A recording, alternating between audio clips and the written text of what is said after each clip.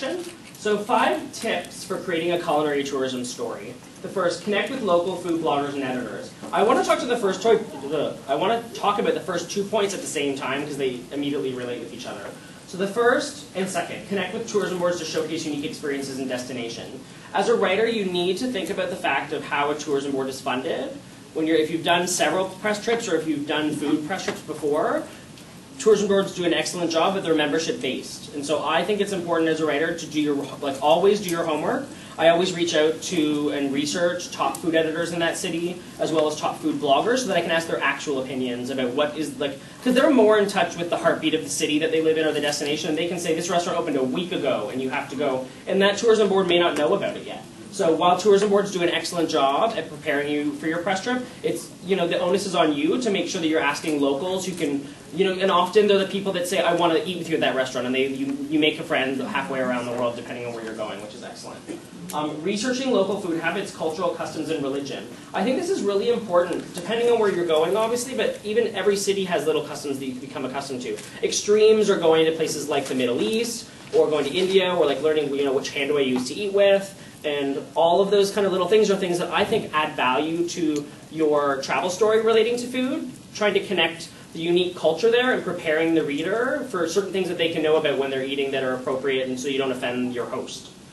4, use past experience as a benchmark for storytelling.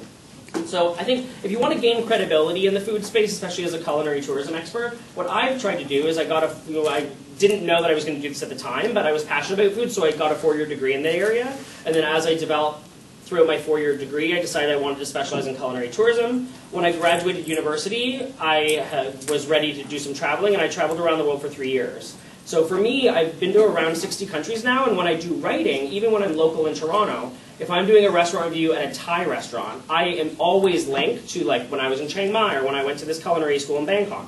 I think it's very important to connect to your readers so they know there is credibility there. This person has been to these places. They're not just saying, well, it's my favorite in Toronto and I've been to 3 Thai restaurants in my life in a North American city. That's not as credible as saying, I've tried 16 curries in southern Thailand and I've been to 3 different cooking schools. So I think connecting your past history, and every single time you eat a meal, you're gaining more experience and appreciation on how something should look as far as presentation, and as far as learning more about the producers that are preparing that food for you as well, and if it's authentic. And my last is live tweet from farm to fork. So share your stories in real time featuring local farmers, producers, chefs, and restaurants. I think this ties into also building your audience as well. Every time I go on a press trip, with my phone, I have a note that always has every single @ symbol throughout the entire trip, so I can copy, paste, copy, paste, copy, paste. And when I'm actually on my computer, I have a sticky note that has every single @ symbol. I recently did, or for Twitter handles, I recently was on a press trip in March with Tourism Ireland to do St. Patrick's Day, and I remember that sticky had 38. So I was visiting everything from every hotel, every single tour operator I visited, every cheese boutique, every winery, brewery. You have to think of every single producer, and that's how you slowly develop a really interested audience that's food-centric, because those people, when they're showcased through your writing, are very eager to showcase what you've said about them. And in fact, tomorrow when I take off to Ireland, I've done the same thing. So for my entire schedule, I've researched everybody's websites, Twitter handles, and engaging with them in advance. I'll be engaging with them when I'm there, and then keep that relationship going. It was really interesting. I was in Spain back in the fall speaking at a culinary tourism summit that they had, and I was using their hashtag and their Twitter handles, and I was even there for 24 hours before about 4 wineries from the region had found me and invited me to come and have wine tours and tastings with them. So it's a really, really powerful tool, but you have to remember, that good old rule that 50% of your time really should be listening to your audience, 25% of your time engaging, and then 25% new content. So that's the other great thing, is finding those folks on platforms like Twitter and being able to see what are they talking about, what's going on, how can you actually be a champion for them, because I think that'll enrich not only your experience, but again, the experience of your readers. I want to just add to that, what you said about announcing that you're coming. I think it's so, I have had the exact same experience when I say I'm going to this. I recently announced that I'm going to Alberta for Calgary Stampede in July, and the number of people that have I said, what's your favorite restaurant in Calgary, that follow, and I sent an email directly to the PR team that's coordinating my trip at Travel Alberta, and they did an amazing job. I said, I want to engage. It's usually often part of my contract when I kind of coordinate my press trip, is, it's on both sides. I'm not the only one that's trying to showcase your destination. I want to create a conversation. They retweeted everything. I had restaurants that said, hotels, we want to stay with you. So, and it's it's already planned. I already know where I'm going. But it's great to say, thanks so much. I'll try to drop by if I have a free moment. And is probably one of the most detail-oriented bloggers that I've ever a little worked type with. A. By a lot. No, it's great. I mean, it is super helpful, but I think, it also, because in some of these trips when you're doing it, you've got so much in a short period of time, even if you can't get to some of those places on that trip, it can give you another reason to get back there and just make some really, really solid connections for the future.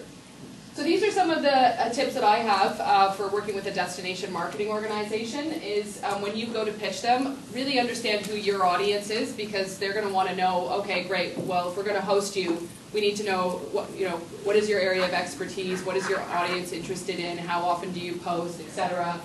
So outline the depth of your blog and the coverage to give them a better sense of how they're going to develop the right trip for you. I used to do large group FAMs, but what I found is I'd much rather take individuals on FAMs and really customize the experience for you based on what your audience is going to be interested in. I know we actually have Ottawa Tourism's media, Jantine Van Greten is here. She is an amazing, amazing woman in terms of showcasing one of our greatest Canadian cities, and I would actually recommend if you have a chance to meet Jantine, you should. She's also one of the co-founders of their great culinary tourism initiative there called Savor Ottawa. And I'm sure Jantine can echo some of the things that I'm saying in terms of being prepared when you talk to her so that she can assist in developing a great experience for you. The engagement, so there's the Twitter, there's also opportunities with Facebook, Instagram, Pinterest. I mean, there's so many opportunities. I think one of the really interesting platforms that I'm enjoying using it a lot is Google+, and there's some really great opportunities with Hangouts to actually maybe even schedule some live Hangouts with some of the folks that you're going to visit to talk about your trip either in advance or talk about it afterwards as follow-up. So some really interesting ways that you can engage your audience and also create more content for your blog. I'm not sure, is anybody using live Hangouts? Yeah. Okay, you all need to invest. Take the time. It's worth it because live Hangouts also then get recorded and can be content that you can put video content on your blogs. So you can actually do, I interviewed Michael Statlander, one of our great Canadian chefs, on his farm doing a Hangout on air, and it's great. Now that interview is captured as a YouTube video, and it's great content that we can repurpose. I'd also think about partnerships, and I'm going to actually let Andrew talk a little bit more about partnerships, but for us, if you come to us and you've already done your homework and you maybe have some other writers that you're working with, or some other properties that you're working with, or you've got some brands that you're working with that we're interested in, that helps to elevate the value of us hosting you as a destination. So maybe this is the partnership one I wanted you to talk about. So yeah, you can go on and tell them all about your culinary venture in Prince Edward County. So the next two slides are, my goal here is to kind of talk about how I like to think about culinary tourism and strategy. I mean, I should let everyone know that while at most, we all have full-time jobs, at some point I quit my job last April, did a 5.5-week press trip of Europe,